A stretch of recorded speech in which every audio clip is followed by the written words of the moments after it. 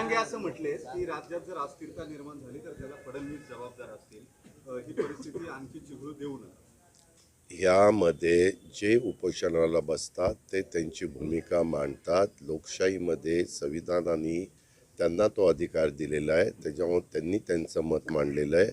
आम्ही त्यांना त्याच्यातून मार्ग काढण्याच्या करता वेगवेगळ्या पातळीवर चर्चा करून कसं हे सामोपचाराने मिटेल, उपोषण संपेल, हा प्रयत्न राज्य सरकारचा चालू आहे. मुख्यमंत्री या आंदोलनाच्या दरम्यान एकाकी पडलेत असं साधारण दिसते. नाही ते एकनाथ शिंदे दर्याला निघाले. त्याच्यामध्ये तुम्ही एक मिनिट, एकटे राहतात असं चित्र निर्माण. असं काही चित्र नाही आहे.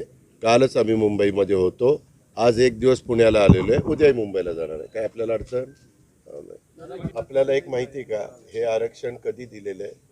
50% संदर्भामध्ये सुप्रीम कोर्टाने जे आदेश दिले त्याच्या आधीच आहे. जरा पत्रकार मित्रांनो नीट माहिती घ्या. हे नाही तुम्ही हे विचारू नका ना. हे मी कुणी काय म्हणलं त्याला उत्तर मी द्यायला नाही. मी आज दिवसभराच्या काय मीटिंग घेतल्या त्या सांगायला तुमच्याकडे आलेलं होतं. तुमची नेहमीची सवय आहे, तुमचे हे प्रश्न संपले की यांनी हे विचारलं, त्यांनी ते विचारलं, त्याच्याबद्दल ज्यांनी जे सांगितलं ते त्यांचं मत आहे.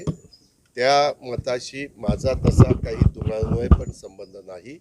मी एवढंच बघतो, राज्य कायद्याने चालावं, नियमाने चालावं आणि लोकशाही पद्धतीनं चालावं आणि जनतेच्या साधारण जो कल आहे